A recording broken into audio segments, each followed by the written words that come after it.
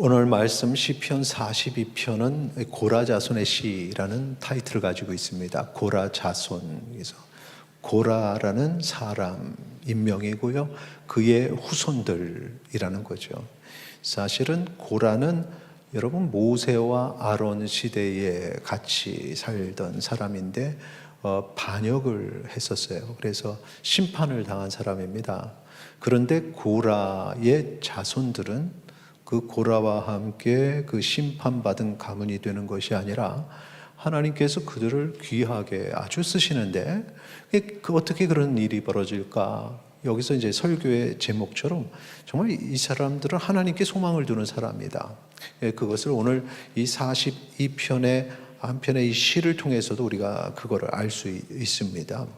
그래서 이 고라 자손이 하나님 앞에 그렇게 심판으로 가지 않고 귀한 일을 감당했다고 했는데, 먼저 말씀을 드리면은 성전, 예루살렘 성전의 문지기, 그런 표현이 있잖아요. 시편의 그 표현입니다. 성전의 문지기로 사는 것이 좋다라는 표현이에요. 성전의 문지기로 살았고, 그 다음에 성전에서 우리 찬양대 오늘 얘기 나왔습니다만 찬양을 담당하는 사람들을 고라 자손들이 이것을 담당했습니다. 1절을 보면 시인들, 우리 이 시를 지은 시인이 이렇게 말하고 있습니다. 우리 같이 읽겠습니다. 하나님이여, 사슴이 시냇물을 찾기에 갈급함같이 내 영혼이 주를 찾기에 갈급하니이다. 지금 표현하기를 사슴이 시냇물 찾기에 갈급함같이 내 영혼이 주를 찾기에 갈급합니다. 사슴이 시냇물이라는 거, 사슴이 시냇물을 찾는다는 표현은 여기뿐만 아니라 가끔 이렇게 다른 곳에서도 표현이 있죠. 푸른 초장 쉴만한 물가. 이게 상당히 그런 표현들 때문에 우리는 이 본문이 목가적인 그림, 사슴이 목이 말라서 시냇물을 막 이렇게 찾는 것 같은 그런 생각으로 이 본문을 보는데, 여기서 포인트는 시냇물이라는 어떤 그런 아름다운 단어가 아니라 갈급함에 있어야 됩니다. 그래서 여러분 성경에서 보면은 반복되는 단어는 중요하기 때문에 반복이 된다고 했죠. 1절에 사슴이 시냇물을 찾기에 갈급함같이 내 영혼이 주를 찾기에 갈급합니다. 그래서 갈급함, 간절함. 우리가 언제 하나님을 찾습니까? 여러분, 하나님 언제 찾습니까? 어려울 때. 학생들은 시험 보기 전에 기도하고, 갑자기 학생들이 정결한 삶을 산다. 시험이 다가왔니? 막 이렇게. 그런 어려움들이 오거나 문제가 생기면 하나님을 찾죠. 우리의 삶의 문제들이 어떤 문제가 있을까 생각해 보면, 돈 문제가 터지면 주님 어떻게 해요? 주님 앞에 기도하고, 관계의 문제가 생기거나 직장의 문제, 가정의 문제들이 생기거나 할 때 주님을 찾게 됩니다. 사업의 문제도 있고 진로에 대한 문제도 여러 가지 주님을 이제 막 찾게 되죠. 그래서 이제 막 기도하기 시작하면은 특히나 자녀들이 이제 고3 되고, 이제 기도 새로 시작할 분들이 참 많아요. 이제 자녀들 고3 되기 시작하면은, 그리고 이제 대학 가고 다 하면은 또 한동안 또 쉬기도 하고 그러죠. 이래서 어려운 문제가 생기면 기도하고 주님께 매달리는데, 그런데 이제 정말 힘든 문제일 때는 기도를 하고 예배를 해도 이 감동이 사실은 쉽게 오지는 않습니다. 예배의 감동, 왜? 어려운 문제 때문에, 계속해서 힘들기 때문에 좀 마음도 평안해야 은혜도 받고 하나님이 주시는 그 풍성함을 누리는데, 이 마음에 어려운 일이 있고 삶 속에서 소망을 잃어버리면, 이러면 이게 기도가 안 됩니다. 이 시간이 얼마나 중요하냐, 이 시간을 통해서 그걸 극복하면 이 시간이 지나고 보면 참 은혜의 시간이었다, 그때 부르짖어 기도하게 하셨다, 야 그때처럼 하나님을 막 간절히 찾은 적이 없었다, 정말 그때 붙잡지 않았으면 나는 아마 하나님을 떠났을 것 같다, 이렇게 해서 은혜의 시간으로 고백이 되기도 하는데, 근데 이때에 버티지 못하면 소용이 없어, 기도해도 응답도 안 오고, 그리고 이제 멀리 떠나게 되고, 그때 하나님을 멀리 떠난 사람들이 평생을 떠나기도 합니다. 그래서 이 시간이 참 이 영적인 삶의 문제가 삶의 문제에 머무는 것이 아니라 이 영적인 문제로 이어진다는 겁니다. 영적인 갈급함으로 오게 되고. 그래서 이 부분이 정말 이 기간이 정말 중요한 기간인데, 오늘 이 고라자손의 시를 통해서 우리가 그 기간의 이 갈등을 보고 결론은 이겁니다. 먼저 말씀드려, 정말 힘들 때 더욱더 우리는 하나님께 소망을 둬야겠구나. 이 하나님께 소망을 두시기를 축원합니다. 그걸 깨닫는 것이 오늘의 말씀의 이 주제입니다. 자, 2절 말씀 우리 같이 읽겠습니다. 내 영혼이 하나님 곧 살아계시는 하나님을 갈망하나니 내가 어느 때 나아가서 하나님의 얼굴을 배울까. 지금 하나님을 갈망한다 앞부분에서 지금 우리가 갈급함이라는 표현 2번 반복이 됐고, 2절에서 이제 하나님을 갈망합니다 라는 표현으로 바뀌게 되죠. 분명히 살아계시는 하나님을 믿고 내가 하나님을 만나기를 갈망을 하는데, 뒤에는 뭐라 그랬죠? 내가 어느 때에 나아가서 하나님의 얼굴을 배울까 하죠. 그러니까 지금 하나님의 얼굴을 배우고 있는 게 아니라는 거죠. 그래서 지금 도대체 어느 때입니까? 어느 때입니까? 저도 힘들 때 하는 기도 중에 하나가 주여 어느 때입니까? 라는 그 기도를 많이 해요. 그때를 좀 당겨주시옵소서. 이게 됩니까? 안 됩니까? 이렇게 기도 안 하죠. 왜? 하실 줄 믿으니까. 근데 이제 이 시간이 길어지면 너무 힘드니까 주여 어느 때입니까? 그때를 좀 당겨 주시옵소서. 이제 그것과 같은 애. 내가 어느 때에 나아가서 하나님의 얼굴을 배울까? 지금 그렇게 하나님 앞에 기도하면서 간절히 갈망하는 겁니다. 그런데 이렇게 이걸 유지하는 것도 사실은 쉽지가 않습니다. 주님 어느 때입니까? 오늘입니까? 내일입니까? 한 달 뒤입니까? 벌써 1년이 지났는데도 응답하지 아니하시는데 도대체 어느 때입니까? 벌써 5년인데 이렇게 이제 기도를 하는데, 그때에 더 나를 흔들어 놓는 일들이, 도전들이 생깁니다. 특히 대적자들의 도전들이 흔들어 놓죠. 3절 같이 읽겠습니다.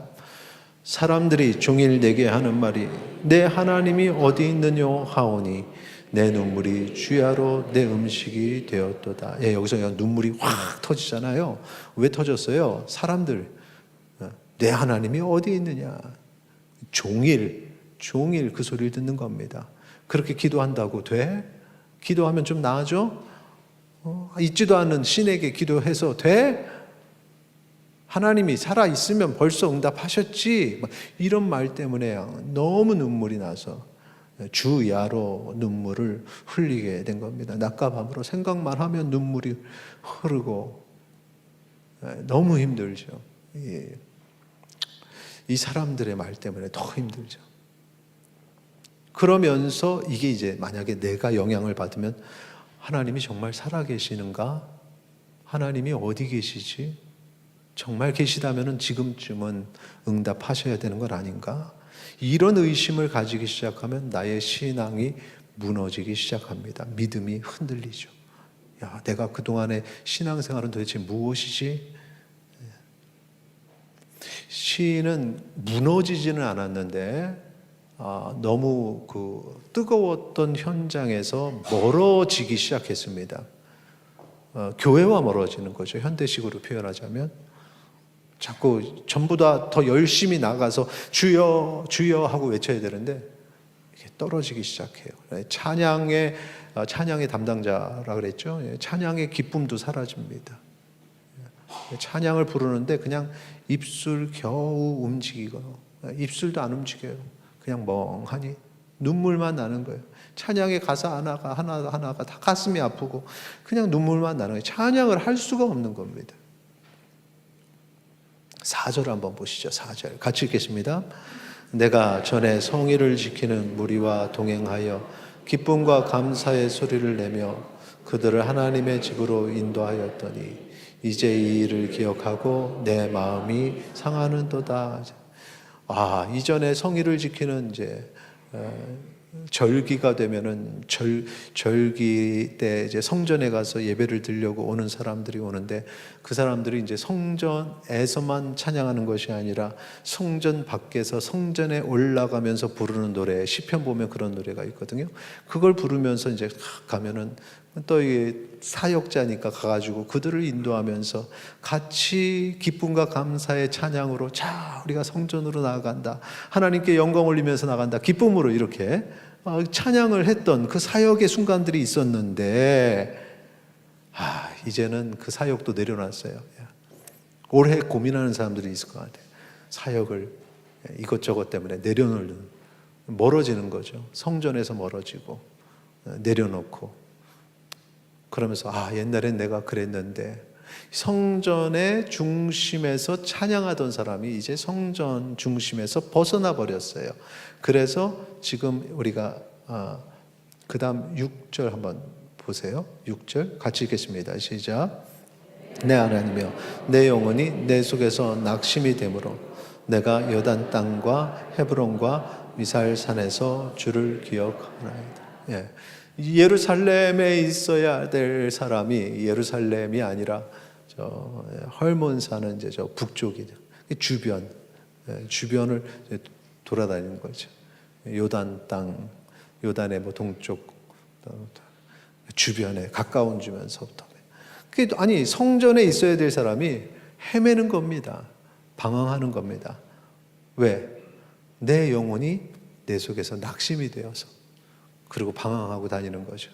그러면서 옛날엔 내가 정말 이 기쁜 찬양을 했었는데, 찬양대 하다가 그만두신 분들은 나도 저 아름다운 찬양을 예전에 했었는데, 그런 걸 생각하니까 내 마음이 상하는도다. 이게 4절이고, 그러면서 주변에서 이제 주를 기억해내는 거예요. 지금 내가 주님을 만나는 게 아니라 예전엔 내가 주님과 이렇게 교제했는데 그냥 추억이 돼 버렸어요. 그러다 보니까 이게 삶이 무너지는 거죠. 모든 게 다 힘들고 어렵고, 이 하나의 문제가 영적으로 터지지가 않으니까 그냥 모든 것이 다 싫어지는 거예요. 그거를 7절에서 어떻게 표현했냐면, 보세요. 폭포 소리, 파도와 물결이 나를 휩쓸었다는 거죠. 한번 같이 읽겠습니다. 7절 시작. 주의 폭포 소리에 깊은 바다가 서로 부르며 주의 모든 파도와 물결이 나를 휩쓸었나이다. 이게 너무 힘들다는 거예요. 깊은 바다가 서로 부르면서 나를 막, 그럼 이제 바다 보면은 위험한 사람들, 바다에 막 몸을 던지고 싶은 이런 자살의 충동들이 막 이렇게 일어나고 고난 오는 거죠. 여기에 자칫 잘못하면 몸을 던지는 겁니다. 이게 정말 위험한 순간이에요. 그런데 이 7절의 말씀이 되게 절망적인 것 같은데, 그런데 내 마음이 다시 한번 하나님을 향하고 하나님께 소망을 두는 순간에 이 7절의 말씀이 어마어마한 변화가 생깁니다. 분명히 이 절망, 지금 앞에서부터 계속해서 내가 옛날엔 이랬는데 하면서 읽다 보니까 7절에 가서는 파도와 물결이 막 너무 무거운 짐이었는데, 그런데 생각을 해보는 거죠. 7절 다음에 이런 말씀이 있습니다. 8절 같이 함께 읽겠습니다. 8절 읽고 다시 7절로 좀 가면 좋겠는데, 있습니다. 시작. 낮에는 여호와께서 그의 인자하심을 베푸시고 밤에는 그의 찬송이 내게 있어 생명의 하나님께 참, 이게 거의 생명줄입니다. 그러니까 뭐냐면 내가 지난 날을 볼 때 지금 여기 8절에 낮에는 인자하심을 베푸시고 밤에는 찬송이 내게 있었다. 주야로 나에게 인자하심을 베푸시고 찬송을 주시고 은혜를 베푸시는 하나님이신데, 하나님은 한 번도 나를 버리지 아니하셨는데, 바로 그거죠. 그건 이론적으로 알아요. 그러니까 그걸 다시 한번 생각하는 거죠. 하나님은 한 번도 나를 버리신 적이 없고 내가 하나님 붙잡으면서 실패한 적이 없는데, 다시 7절로 가서 그럼 이 폭포 소리의 깊은 바다, 이 파도와 물결이 도대체 뭐지? 왜 내게 이런 일들이 벌어지는 거지? 왜 내가 이런 고통 속에 사는 거지? 라고 생각을 다시 한번 해보면 그때 딱 깨달아지는 게 있는 거죠. 그게 뭐냐? 노란색에 뭐라고 써 있어요? 주의 폭포 소리라는 거예요. 주의 폭포 소리. 주의 모든 파도와 물결이라는 거죠. 이전에는 그냥 주의 이건 보이지도 않았어요. 그냥 파도와 물결 속에 내가 힘들어하고 이건 뭐지? 하나님 이게 뭡니까? 왜 이런 고통이 있게 하십니까? 근데 이 모든 과정에 주의 폭포 소리와 주의 모든 파도와 물결이 나를 휩쓸었다. 주님이 여전히 이 속에서도 역사하신다. 고난 속에서도 주께서 역사하신다. 그런데 그 주님은 나에게 시련을 주셔서 나를 눌러버리시는 분이 아니라 늘 내게 은혜를 주시고 사랑을 주시고 찬송을 주시고 인자하심을 베푸시는 하나님이시라는 거죠. 그걸 느끼는 순간에 이 파도와 물결이 다르게 보이기 시작해요. 이건 주의 모든 파도와 물결. 이 시간, 이 고난을 통해서 하나님이 내게 원하시는 것이 있다. 이 고난을 통해서 하나님이 나를 다듬어 가신다. 이 고난을 통해서 하나님이 내가 살아왔던 옛 모습이 아니라 새로운 모습으로 바뀌기를 원하신다. 주의 뜻을 찾기 시작하고 주님의 마음을 찾기 시작하면서 주님이 여전히 나와 함께 하시는구나. 이 모든 것이 주의 계획이었구나.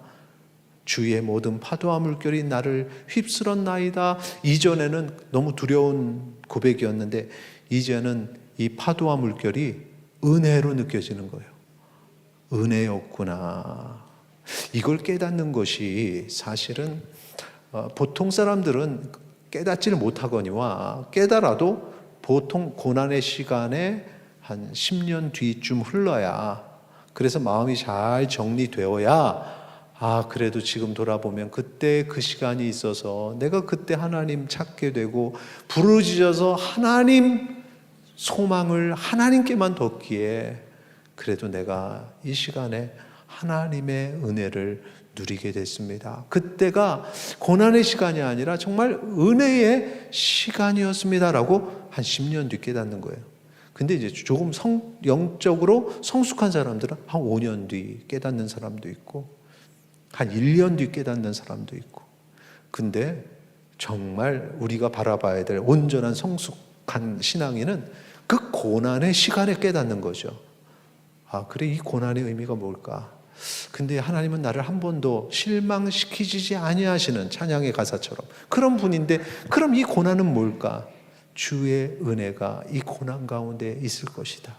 이 고난을 통해서 그러면은 이제 그 고난을 당하는 가족들이나 아니면 지인들 아니면 성도들이 같이 하나님께서는 이 고난 중에 우리가 더욱 하나가 되기를 원하시고 우리가 더욱 하나님을 찾고 하나님께 소망을 두기를 원하시고 하나님의 이 고난을 통해서 내가 달라지기를 원하신다. 이것이 하나님의 은혜다. 지금 이 고라 자손이 그걸 깨닫고 그렇게 얘기하는 겁니다. 그러다 보니까 그걸 아니까 자 보세요. 분명히 내 머리는 알겠어요. 하나님이 은혜를 주신다. 근데 내 고난은 너무 힘들어. 그래서 내 안에서는 계속해서 갈등을 해. 그러면서 여기서 이제 힘들어, 싫어 이게 아니라 이제 자기 객관화가 되는 거죠. 자기 객관화가 돼서 그래, 하나님이 이 고난의 시간을 통해서 내게 은혜를 주시는 거야. 그러니까 제발 내 영혼아 어찌 그리 낙심하느냐. 낙심하지 마라. 자기 자신한테 그런 고백을 하는 거죠. 5절 말씀 같이 읽겠습니다. 내 영혼아 내가 어찌하여 낙심하며 어찌하여 내 속에서 불안해하는가. 너는 하나님께 소망을 두라. 그가 나타나 도우심으로 말미암아 내가 여전히 찬송하리로다. 아멘. 지금 이 찬송한다는 의미가 지금 특별히 이 고라 자손에게 있어서는 예전에 찬송하는 사역자로서 살아가다가 지금은 찬송하는 자리에 있지 아니하고 주변에 있었는데 아니야. 내가 주님을 붙잡고 하나님께 소망을 두면 나는 여전히 찬송하는 자가 되는 거야. 좌절할 필요 없어. 좌절할 필요 없어. 내 영혼아, 네가 어찌 그렇게 낙심하느냐. 지금 낙심한 상황입니다. 지금 낙심한 상황인데도 불구하고 내 이성이 하나님의 말씀을 들어서 알기에, 그렇게 해서 내 영혼에게 계속 얘기하는 거죠. 영혼이라고 표현했는데 내 마음일 수도 있어요. 내 감정일 수도 있습니다. 내 감정이 침체가 되고 무너지고 깨져 있을 때, 그때 내 이성이 하나님의 말씀을 이해하니까, 하나님은 이런 분인 걸 알고 있으니까, 그러면 안 돼. 내 영혼아, 그러면 안 돼. 낙심하지 마. 불안해하지 마. 그러면 안 돼. 대부분은 이제 주변 사람이 그 얘기를 해주는데 듣지 않아요. 목회자가 얘기를 해도 듣지 않습니다. 근데 이제 자기가 자기에게 이것을 얘기를 하는, 우리 장로교회에서는 이거를 성령 충만한 사람의 삶이라고 그래요. 성령 충만한 삶은 항상 그 하나님의 말씀으로 나를 다스리는 거죠. 이렇게 내가 그러면 안 돼. 그래서 항상 이성이라고 표현하는 그것이 성령의 감화 감동으로 항상 이성과 감성이 건강하게 나를 이끌어가는 것, 이게 바로 성령 충만한 사람의 삶이고, 우리가 그렇게 되기를 원하는 거예요. 그래서 목회자도 마찬가지고 성도들도 마찬가지죠. 계속해서 하나님의 말씀을 깨달은 내 이성이 내 감성과 내 영혼을 향해, 내가 어찌하여 낙심하며 어찌하여 왜 내 속에서 그렇게 불안해하느냐, 네가 불안하니까 내가 지금 이렇게 힘들잖아. 그러면 안 돼. 하나님만 바라봐라. 하나님께만 소망을 둬라. 이게 성령의 역사인 줄을 믿으시기 바랍니다. 이게 자기 객관화예요. 근데 이게 한 번 갖고 안 되니까 5절에서 그렇게 얘기하고, 그 다음에 11절에 가서도 똑같은 얘기를 합니다. 같이 읽겠습니다. 내 영혼아, 내가 어찌하여 낙심하며 어찌하여 내 속에서 불안해하는가. 너는 하나님께 소망을 두라. 나는 그가 나타나 도우심으로 말미암아 내 하나님을 여전히 찬송하리로다. 아멘. 그래서 여러분이 고난의 시간에 있을 때 내 영혼에게 선포하세요. 내 영혼아, 내가 어찌하여 낙심하며 어찌하여 내 속에서 불안해하는가 라는 선포. 자, 내가 나를 향해서 이렇게 성령의 역사함으로 계속해서 하나님의 말씀으로 선포함과 동시에 밖에서 대적들은 나를 향한 공격을 그치지 않습니다. 3절에서 우리가 이 말씀 살펴봤죠. 사람들이 종일 내게 하는 말이 내 하나님이 어디 있느뇨 하오니 내 눈물이 주야로 내 음식이 되었다. 상처가 돼서 막 울었어요. 이게 한 번에 끝나지 않습니다. 10절에 가면 똑같이, 그런데 그 사람들이 좀 더 강해져요. 10절 같이 읽겠습니다. 내 뼈를 찌르는 칼같이 내 제적이 나를 비방하여 늘 내게 말하기를 내 하나님이 어디 있느냐 하도다. 자, 앞에서는 그냥 종일 내게 사람들이 친구도 그렇게 말할 수 있는데, 지금 여기는 완전히 대적이죠. 내 뼈를 찌르는 칼같이 나를 비방하면서 늘, 하루 종일이 아니에요. 그냥 매일매일 내게 말하기면 네 하나님이 어디 있느냐, 하나님이 살아있으면 네가 그렇게 되겠냐. 그래서 계속 나를 하나님으로부터 끌어내려는 그런 자들은 계속된다는 거죠. 그러니까 순간 흔들려요. 9절에서 한번 흔들리잖아요. 9절 같이 있습니다. 9절 시작. 내 반석이신 하나님께 말하기를 어찌하여 나를 잊으셨나이까. 내가 어찌하여 원수의 압제로 말미암아 슬프게 다니나이까 하리로다. 하나님이 나를 버리셔서 하나님은 없어, 이건 아니지만 그래도 하나님이 나를 잊으신 것 같아 라고 이렇게 얘기를 하는 거죠. 왜 잊으셨나이까. 근데 그것들 다음에 11절에서 이건 낙심이지. 내 영혼아, 11절에서 내 영혼아, 네가 어찌하여 낙심하며. 그러니까 이 낙심이라는 게 결국은 그렇게 나온다는 거예요. 대적들이 비방하고, 그러니까 하나님 왜 나를 잊으셨습니까? 이런 게 다 낙심이라는 거예요. 불안해하지 마라. 하나님께 소망을 두라. 여러분, 고난 중에 찬송할 수 있는 힘이 어디서 나오겠습니까? 우리가 이 고난이 변하여 은혜의 시간이 될 수 있는 힘이 어디서 나오겠습니까? 그 시작은 하나님께 소망을 두는 것이라는 사실을 기억하시기 바랍니다. 사람에게 소망 두는 게 아닙니다. 어떤 상황이 갑자기 나아지겠지가 아니에요. 하나님께 소망을 두면 하나님께서 회복의 은혜를 주실 줄 믿습니다. 하나님께서 문제를 해결해 주시면 되는 거죠. 그러므로 고난이 있을 때 제일 먼저 하나님을 찾으시기 바랍니다. 하나님이 살아계심을 믿으시기 바랍니다. 내 영혼을 향해서 흔들리지 말라고 선포하시기 바랍니다. 그렇게 하나님께만 소망을 두면 우리는 그 고난을 결국은 이겨내고 그 시간이 주의 폭포, 주님의 그 물결, 주께서 함께 하신 시간이었다고 고백하게 될 줄을 믿으시기 바랍니다. 우리 같이 찬양하겠습니다. 은혜.